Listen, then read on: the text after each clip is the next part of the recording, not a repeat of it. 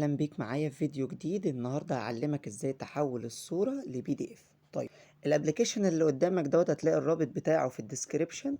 طبعا بعد ما تدخل على حولك لجوجل بلاي، بعد ما تحمله هتدوس معايا على كلمة فتح، وبعد ما يفتح معاك طيب هندوس على الخيار اللي احنا نتعلمه النهارده، اللي احنا ازاي نحول الصورة لبي دي اف. فهتلاقيها تحت كلمة الرئيسية هنا، هتلاقي كلمة صورة البي دي اف، هتدوس عليها معايا.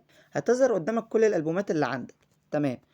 احنا نروح دايسين على ايه؟ كل الصور اللي هي تحت على اليمين. طيب هتظهر لك كل الالبومات. انا حط الملفات بتاعتي اللي انا عايز احولها لبي دي اف دلوقتي، او اللي احنا نجرب عليها في الفيديو، في رقم واحد، اللي هو الالبوم رقم واحد. بعد ما بتختار الالبوم بتاعك بتحدد الصور بتاعتك. هنفترض مثلا ان انا هحدد الصور بتاعتي اللي هم الثلاث صور دول من الالبوم، وبعدين بدوس استيراد. الصور بتفتح معايا كده على حسب الطريقه اللي انا صورت بيها. ازاي نخليهم زي الكتاب؟ عندك هنا جنب البن والديليت بيبقى فيه العلامه دي بتظبط لك حدود الصوره. ندوس عليها كده ونجرب. بص كده حدود الصوره اتظبطت. هندوس على كلمه التالي هنا عشان ايه اللي يحصل؟ تتظبط الحدود.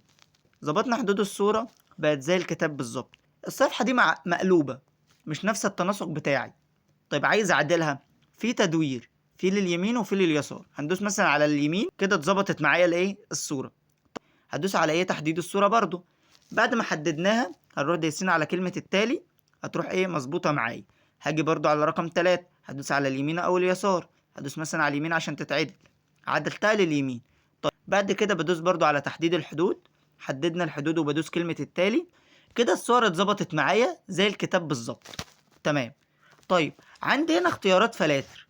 تمام. اختيارات الفلاتر اللي قدامي دي ايه؟ مثلا لو جينا ندوس على كلمة مستند، شايف انا كده؟ شايف ان كده بقت اوضح وكده بقت افضل بالنسبة لي. ممكن انت تكون شايف ان الاصل اوضح وافضل بالنسبة لك. والله ديت ايه؟ اذواق. فانت مثلا هتختار كلمة صورة، وهي دي مثلا ايه الاحسن او الاقرب للايه؟ للطبيعة. هتروح دايس على كلمة تم. طيب انا بعد ما عملت الشغل دوت، لقيت ان مثلا رقم 2 دي هي الصفحة رقم 1. بدوس عليها كده ضغطة مطولة واحركها رقم 1. ولنفترض مثلا ان برضو رقم 3 مكان رقم 2، فبدوس على رقم 3 وبخليها رقم 2. كده انا قعدت ترتيب الصفحات من تاني. بعد كده بدوس على كلمة تحويل الى ايه؟ هنا اول واحدة دي ايه؟ هنا بغير اسم ملف البي دي اف. انا هسميه مثلا تحتيه بتلاقي كلمة المرور دي. لو عايز تعمل لملف البي دي اف بتاعك كلمة مرور، محدش يقدر يفتحه غير بباسورد. بعد كده بتلاقي المقاس الصفحة والاتجاهات، سيبهم زي ما هما. بعدين هتدوس كلمة تحويل، بعدين بتفتح كلمة فتح، بتشوف ملف البي دي اف بتاعك شكله ايه، وده ملف البي دي اف بتاعك. تمام. يعني مفيش اجمل من كده بصراحة. عايز تعمل له مشاركة، بتدوس على مشاركة ملف البي دي اف وتشوف هتشاركه ايه على انهي ابلكيشن.